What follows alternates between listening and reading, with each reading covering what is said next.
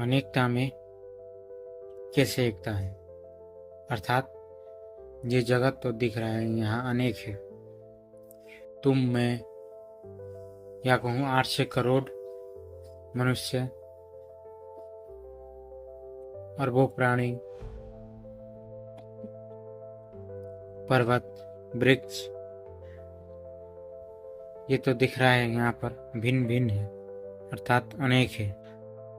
फिर इनमें एकता कैसे, अर्थात इनमें एक कैसे। ये जो बाहरी आवरण, अर्थात ये जो बाहरी आवरण है, इससे भेद दिखाई देता है।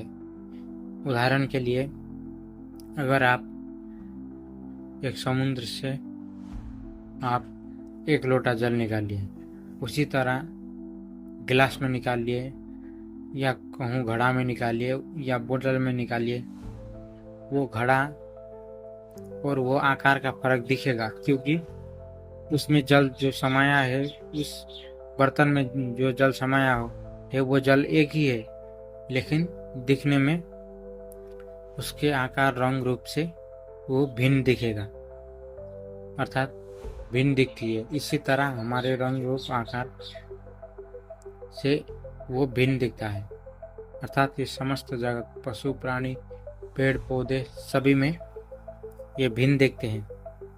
मगर उसमें जो भीतर मौजूद है, वो शुद्ध चेतना, जिसको किसी, अर्थात जिसको किसी से भेदा नहीं जा सकता, अर्थात वो अछूत, किसी घड़े से या कहूँ किसी बर्तन से वो अछूत, उसे कुछ छू नहीं सकता।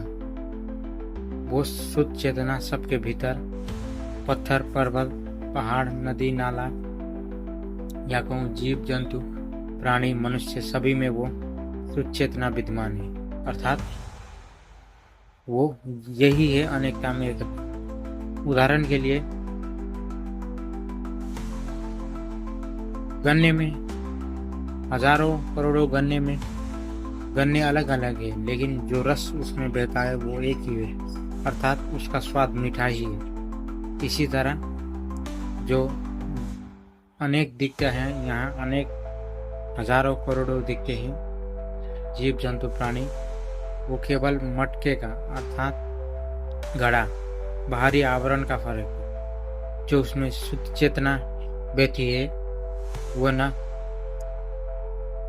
भिन्न है, न तुम्हारा न मेरा, वो केवल वो चेतना ही है, केवल शुद्ध चेतना। ऐसा हमारे वेदों अर्थात शास्त्रों में बताया गया है। तो ये जानकारी आपको कैसे लगी, कमेंट कीजिएगा। आज के लिए बस इतना ही। जय श्री राम।